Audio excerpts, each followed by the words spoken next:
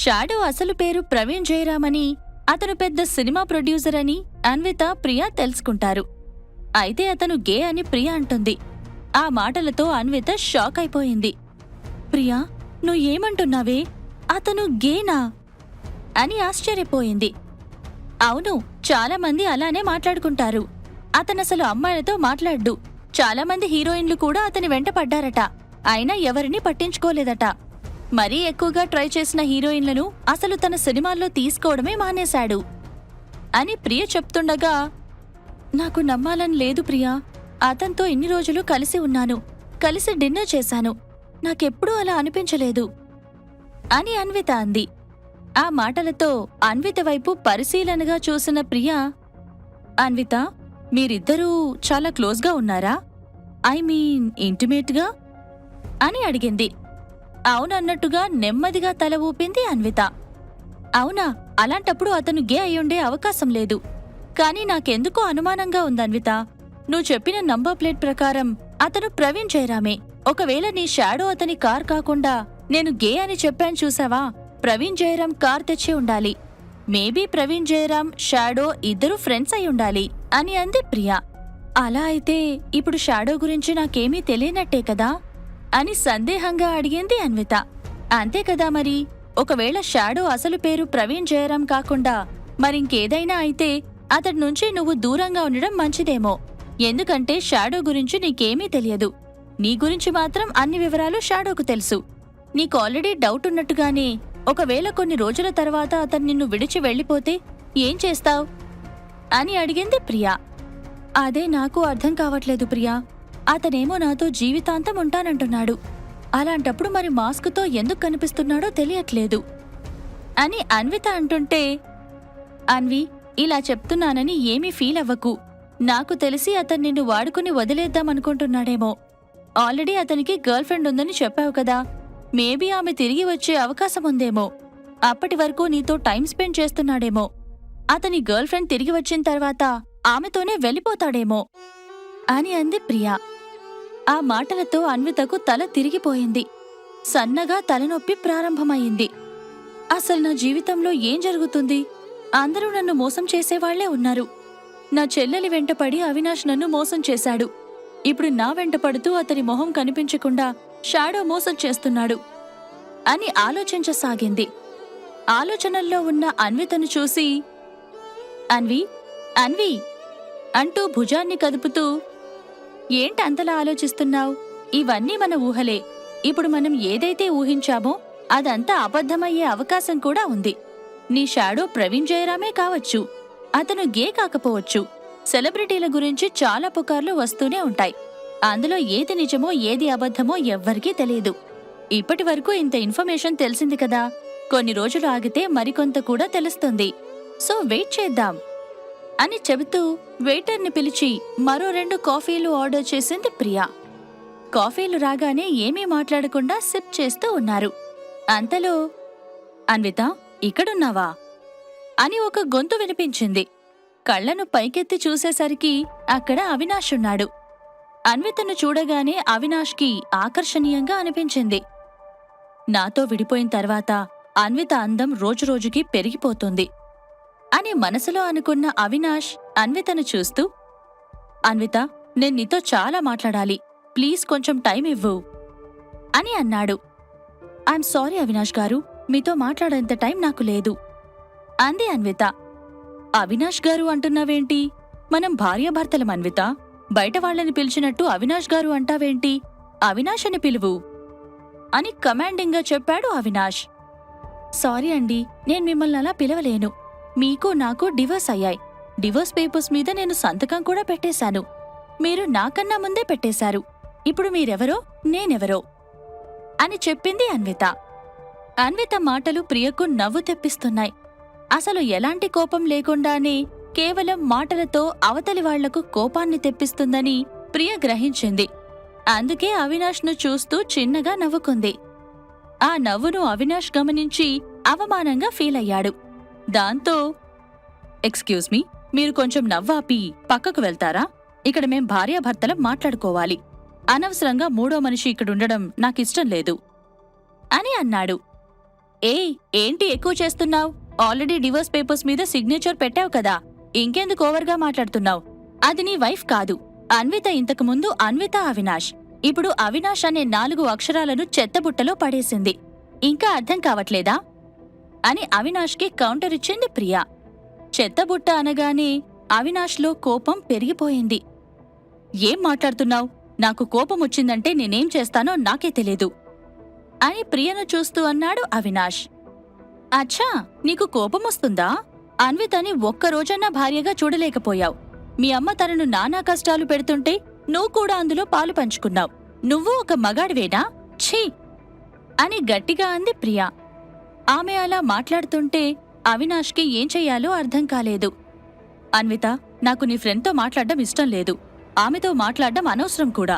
నేను నీతో మాట్లాడాలి అంటూ ఆమె చేతిని పట్టుకున్నాడు అవినాష్. ఇంతలో అక్కడికి వచ్చిన లాస్య అన్విత చేతిని అవినాష్ పట్టుకోవడం చూసి షాక్ అయిపోయింది. తను చూస్తున్నా కూడా అతనా చేతిని వదిలిపెట్టకుండా అలానే పట్టుకొని ఉన్నాడు. కాని అవినాష్ చేతిని వదిలించుకున్న అన్విత అతని వైపు చూస్తూ, అవినాష్ గారు, మీ భార్య కాని భార్య లాస్యా మేడం వచ్చారు అని అంది. మేడం అంటున్నావేంటక్కా? నేను నీ చెల్లిని. నా మీద నీకు కోపంగా ఉంటే నువ్వు నన్ను తిట్టు, కొట్టు, నేను పడతాను. కాని మన బంధాన్ని మాత్రం వేరు చెయ్యకు అని ప్రేమను నటిస్తూ అంది లాస్య. ఆ మాటలతో పక్కనే ఉన్న ప్రియకు కోపం నషాళానికంటింది. వెంటనే వేగంగా ముందుకు వచ్చి అవినాష్ ముందు అక్క అని పిలిచి, అతడు వెళ్ళిపోయాక అన్విత అని పేరు పెట్టి పిలిచే నీకు బంధం గురించి ఏం తెలిసే? నీ వేషాలు తెలియక అవినాష్ ఇంకా నీతోనే ఉంటున్నాడు. ఏదో ఒకరోజు తెలుస్తుంది కదా, అప్పుడు నిన్ను తన్ని తరిమేస్తాడు అని అంది ప్రియా. ప్రియా, ఇది మా ఫ్యామిలీ మ్యాటర్, నువ్వు మాట్లాడాల్సిన అవసరం లేదు అని కోపంగా లాస్య అంటుంటే మధ్యలో కల్పించుకున్న అన్విత, ఫ్యామిలీనా? ఎవరు ఫ్యామిలీ? నీకు నాకు ఎలాంటి సంబంధం లేదు అని అంది. ఏంటక్క అలా మాట్లాడుతున్నావు? ఎంత కాదన్నా నేను నీకు చెల్లిని కాకుండా పోతానా? అసలే మరికొద్ది రోజుల్లో నువ్వు నా బిడ్డకు పెద్దమ్మవు కాబోతున్నావు అంటూ తెగ నటించేసింది లాస్య. అక్కడితో ఆగకుండా, అవినాష్ని నువ్వు ఏమీ అనకక్క, బావ చాలా మంచివాడు. నేను ప్రెగ్నెంట్ అని నాకోసమే ప్రత్యేకంగా కారు కొనడానికి పక్కనున్న షోరూంకి తీసుకొచ్చాడు. ఇక్కడ కాఫీ తాగుదామని వస్తే మీరు కలిశారు అని, అసలు తాను ఇక్కడికి ఎందుకు వచ్చిందో, అవినాష్ తనను ఎంతలా ప్రేమిస్తున్నాడో తెలియజేయాలని వివరాలన్నీ చెప్పింది లాస్య. కాని ఆమె చెప్పిన విషయం గురించి ఏమీ పట్టించుకోకుండా అన్విత, ప్రియా బయటకు వెళ్లిపోయారు. వాళ్లు వెళ్లగానే లాస్య వైపు తిరిగిన అవినాష్, ఎందుకు అబద్ధం చెప్పావు లాస్య? కారు కావాలని నువ్వే అడిగావు. నువ్వు అడిగావనే కదా ఇక్కడికొచ్చాం. మరి నేను నీకు కారు కొనిస్తా అన్నానని అన్వితతో ఎందుకు చెప్పావు? అంటే అన్విత బాధపడాలనే కదా అని కొంచెం కోపంగా అన్నాడు. అదేంటి అవినాష్ అలా మాట్లాడుతున్నావు? నాకు కారు కొనివ్వడం నీకిష్టం లేదా? ఇష్టమైతేనే కదా ఇక్కడిదాకా తీసుకొచ్చావు. అందుకే నువ్వే కొనివ్వాలనుకుంటున్నావని అలా చెప్పాను. దానిలో తప్పేముంది అని బదులిచ్చింది లాస్య. తప్పులేదా? తప్పులన్నీ చేస్తూ ఇంకా ఏం తప్పుంది అంటున్నావా? నాకు తెలియకుండా అన్వితతో డివోర్స్ పేపర్స్ మీద సంతకం చేయించుకున్నావు. నీ అసలు ముఖాన్ని కవర్ చేస్తూ ఎప్పుడూ మేకప్తోనే కనిపించావు. ఇప్పుడు నా ముందే అబద్ధమాడావు. ఇన్ని రోజులు నీ మీద నాకు మంచి ఇంప్రెషన్ ఉండేది. కాని ఈ రోజే తెలిసింది, నువ్వు పైకి కనిపించేది ఒకటి, లోపల మరొకటి అని అన్నాడు అవినాష్. అవినాష్ అలా మాట్లాడగానే ఇప్పుడు కోపాన్ని ప్రదర్శిస్తే బాగోదని ఏడుస్తున్నట్టుగా యాక్ట్ చేసింది లాస్య. కళ్లల్లోంచి వస్తున్న కన్నీరును తుడుచుకుంటూ, అవినాష్, నేనిప్పుడు ప్రెగ్నెంట్ని. నువ్వు నాతో ఇలా మాట్లాడితే నా మనసంతా బాధగా అయిపోతుంది. దానివల్ల బేబీకి ఎఫెక్ట్ అవుతుంది అని అవినాష్ తనను ఏమీ అనకుండా ఉండాలని ప్రెగ్నెంట్ అన్న టాపిక్ను తీసుకొచ్చింది లాస్య.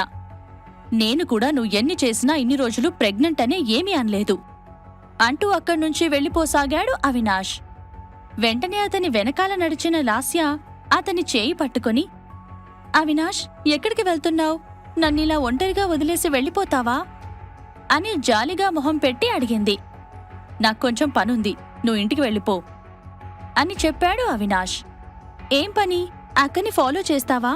అదేనా నీ పని అని లాస్య అడగడంతో ఒక్కసారిగా ఆమె వైపు చురుకుగా చూశాడు అవినాష్. అవినాష్, నీకు అన్విత అక్క అంటే ఇష్టమా? తనను ఇష్టపడుతున్నావా అని మళ్ళీ అడిగింది లాస్య.